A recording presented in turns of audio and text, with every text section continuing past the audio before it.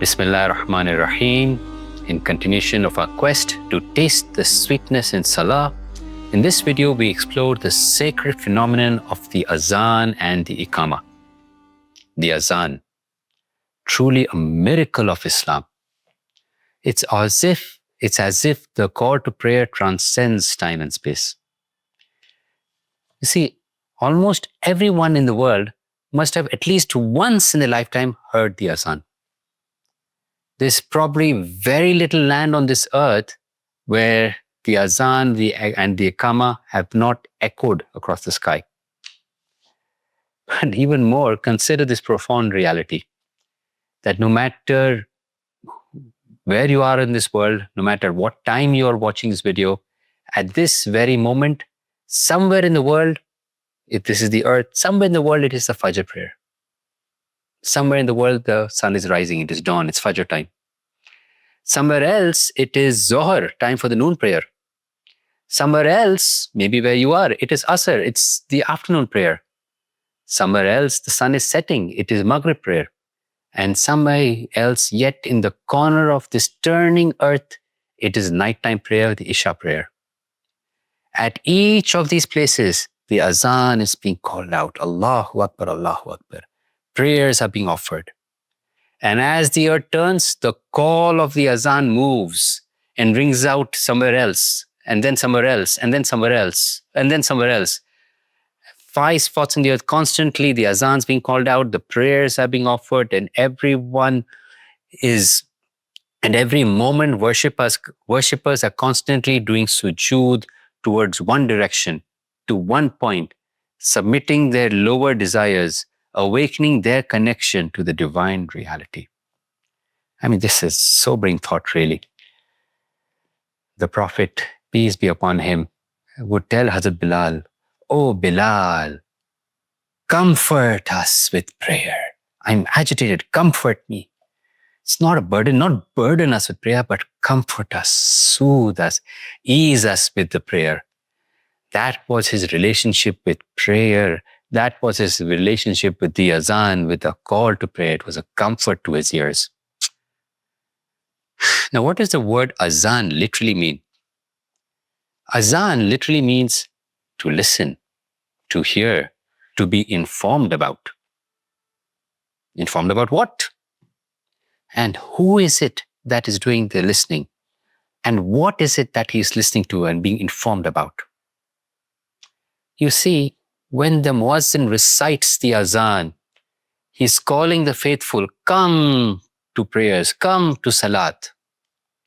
And when one listens to the Azaan, the adab is to quietly whisper the Azaan, the same words to our own hearts, asking them, pay attention, heed the call.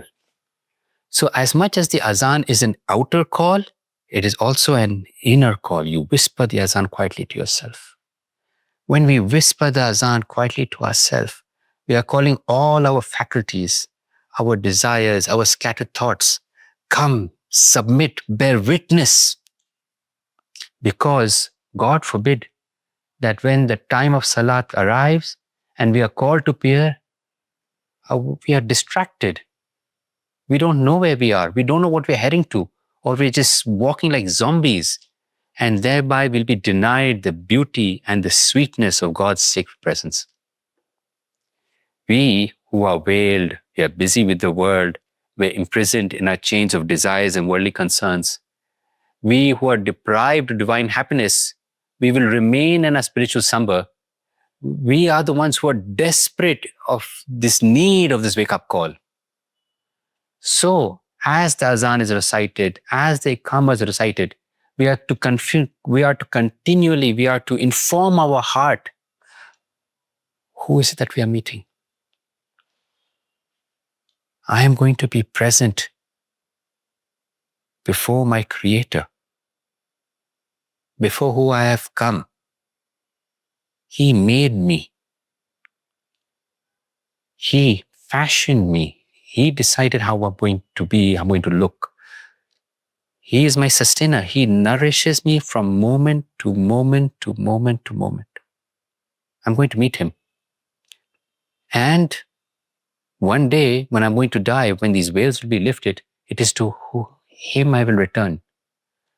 And when I return to him, I will not have the power or control or agency over myself like I have now. And I'm going to be held accountable. Hazrat Ali ibn Abi Talib, may peace be upon him, is quoted to have said, the best of people are the one who adore worship, who embrace it wholeheartedly, who love it and touch worship with his body and disengages himself from the world for worship. He would not care whether he gains his share of this world with difficulty or with ease. Yet another hadith states, when we recite the Azaan, when we recite the Iqamah, 2 rows of angels perform prayer behind us. If you recite only the Iqamah, it's only 1 row of angels that join us. This is not a myth. This is not a fantasy. There are higher realms. And when you call out the Azaan, when you call out the Iqamah, feel this sense of presence coming to worship. See yourself as a leader of prayers for the angels of Allah subhanahu wa ta'ala. Your heart becomes the leader of all your other faculties, both visible and invisible. Through the Azaan, through the Iqamah, your heart acts as the Imam for all your inner and outer abilities. They intercede and guide them towards God's presence. Come, submit, submit, submit. Your mind submits, your heart submits, your desires submit. So beyond just hearing these words, what do they mean? What do the words of the Azaan mean? What do they mean for the heart that truly listens? Beyond hearing these words, what do they mean? What do they mean for the heart that truly listens? What are the deeper spiritual meanings that are woven into this beautiful sacred call? And the meanings are answered in the words of the Azaan itself. The Azaan and the Iqamah, they all begin with the call, Allahu Akbar. Now, for the longest time, I misunderstood the meaning of Allahu Akbar. I thought it meant God is greatest, or just God is great. But it means neither that God is great or God is greatest. It actually means Allahu Akbar, God is greater. Greater than what? That's the point. It's greater than whatever you are doing. It's greater than whatever you are thinking. God is greater than whatever that is occupying your attention when you're hearing this call. You're working, you're playing, you're worried, you're distracted, you're ecstatic, doesn't matter. God is greater than all of that. And how deep you're in a spiritual slumber, that one wake-up call is not enough. Again and again, the Muezzin calls out, Allahu Akbar, God is greater. And we're still distracted. Whatever thought we have, Allahu Akbar, God is greater than that. Again, we are distracted. And one final call, Allahu Akbar, that whatever it is, God will always remain greater. Therefore, the seeker must strive to prepare his heart to be ready to meet, to be in present for the majesty of Allah. We must regard greatness, glory, and His sovereignty as belonging exclusively to the sacred essence of Allah subhanahu wa ta'ala, excluding all others from His majesty. If we feel even the tiniest sense of, no, something else is greater in our hearts, and that greatness is not a reflection of Allah, it's just exclusively that person, that thing, that thought, then our hearts are sick. It is controlled by darker forces. Therefore, Allahu Akbar is repeated 4 times in the Azaan, is repeated twice in Iqamah. Each repetition is an announcement, is a reminder, first to the invisible and visible powers of our kingdoms, then to the angels in charge of our soul's faculties, then it is to bring all the unseen and seen worlds, and finally to the angels governing the heavens and the earth. Through these declarations, we announce the majesty of the greatest name to all dwellers of existence. Hear me. Each Allahu Akbar should remind us of our own inability and of Allah's majesty. His Imam Sadiq, may peace and blessings be upon him, have said, when you say Allahu Akbar, regard as everything as insignificant that is between the heavens and the earth, seeing as nothing compares to His majesty. For if Allah looks into the heart of His servant while he recites Allahu Akbar and finds something contradicting his declaration, He might say, God might say, "Are you deceiving me? You're saying Allahu Akbar, but there's something else in your heart? By my might and majesty, I will deprive you of tasting the sweetness of remembering me." But why is Allah greater? The answer comes in the next line of the Azaan. Ashhadu an la ilaha illallah. Ashhadu an la ilaha illallah. The levels and layers of meaning in this testimony, in this ashhadu, this testimony that we take. Truly, there is no God worthy of worship other than the God. There is nothing worthy of my attention other than Allah. Nothing worthy of my devotion other than Allah. There is no power in this world that doesn't derive from His power. There is no knowledge that is not rooted in His knowledge. There is no mercy that doesn't emanate from His mercy. There is nothing real. There is no reality that is independent of His reality. And when I say ashhadu, I testify, I call out, I bear witness. So hear me. Hear me, O earth, skies, angels, jinn. I bear witness there is no God but Allah.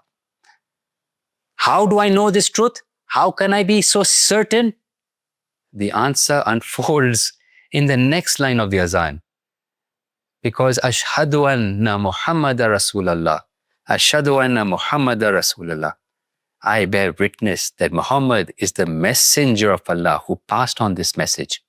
I testify that you selected Prophet Muhammad, elevated his station through his blessed heart and lips, sent us the Quran, which is a guide and a mercy and a blessing. And without this spiritual guide, this journey would be impossible. As it is written, to connect to the fleeting existence with the eternal, with the changing, with the unchanging, there must be an intermediary, one who possesses both the qualities. So without such a guide, the flow of the eternal would not reach this changing world. That's why I testify, that's why we testify to the messenger in the Azaan and Iqamah. The traveler on this spiritual road needs to cling on to this beautiful and sacred being to have guidance, to perform the miraj through the Salaat. And to help us, and so we move to this miraj, we recite, Hayya as-Salaah, Hayya as-Salaah. Come to prayer, don't rush. Hayya as-Salaah. No more excuses. Come to prayer now, quickly. Hayya al-Falah, Hayya al-Falah. What is this prayer? It is falah, it is success. Comes to success. Rush to true prosperity. Because this is what real success looks like. So whatever you're doing, whatever you're thinking, if it is not aligned with the eternal, you are bound to remain restless, you're bound to feel empty. So how do you align with the eternal? How do you be truly successful? That is shared beautifully in Surah Shams. Surah Shams, where God has sweared the most number of times and then declared, Qad aflaha man zakkaha. Those who purify themselves, they are the successful. So therefore, when the Azaan and the Iqamah call out, Hayya alal falah, come to success, we are coming to prayer which will purify us. This is how we purify ourselves. And that is what will lead us to true success. That's how we realign our souls to that what is true and to that what will give us najat, to that what will give us success. And if it's the Iqamah, we recite, Qad qamat as-Salaah, Qad qamat as-Salaah. The prayer has now begun. Stop everything. Stand up. Qad, now, Qad. This is a command. It's an order. Stand. So when the seeker reaches the stage, his presence declares, I'm here now. I am ready for prayer. And he must see himself standing before the master of all kings, the Sultan of all sultans, the absolute great. A sense of awe, humility, perhaps even a little bit of shame and fear descends upon him. After all, who is he standing before? And who is he? At what time is he standing? He's standing just at the time he's been called the time of Salah, the most sacred of times. In what direction is he facing? He's facing the Qibla, the most sacred of all directions. And what state is he in? He has performed the wudu. He's the most sacred of states, about to speak to his Lord. Lord of which for most of the day he's been ignorant, forgetful. And this forgetful heart is not worthy. There may be a feeling of shame, of inability that fulfills the divine command properly. He's not worthy of approaching the Al-Kareem, the generous one. And if this state becomes firm in a heart, I may not be worthy. So a prayer whispers, comes to our lips. Amma yujibul mutarra idha da'ahu yakshif as-su. Oh, who is the one who answers the distressed one when he calls, and who removes his evil? Please, O Allah, remove all evilness, remove all forgetfulness, remove all heedlessness from this heart. Who is the one who could do it in this rhetorical question? Oh, it's only you who can do that for me. And so after all this preparation, we return, the Azaan and the Iqamah return from where it starts. Truly, Allahu Akbar, Allahu Akbar. God is greater, God is greater. La ilaha illallah. The Azaan, the Iqamah, they both open with Allah and they both end with Allah. It opens with Allah when we declare Allahu Akbar. It ends with Allah when we recite La ilaha illallah. The Azaan and Iqamah, they're not just announcements of prayer time. They embed a story that unfolds with each phrase. The soul's journey from distraction to divine presence. Each phrase is a key that unlocks layers of awareness. Each repetition is a gentle insistence that we wake up, that we remember who we are and why we're here. And as the call fades into silence, we stand for prayer. We carry with us not just the words we've heard, but the possibility of tasting, even for a moment, the sweetness of divine connection. May we learn to hear the Azaan not just with our ears, but with our hearts. May we answer its call not just with our bodies, but also with our souls. And may we find in that secret response the sweetness that we've been seeking all along. Ameen.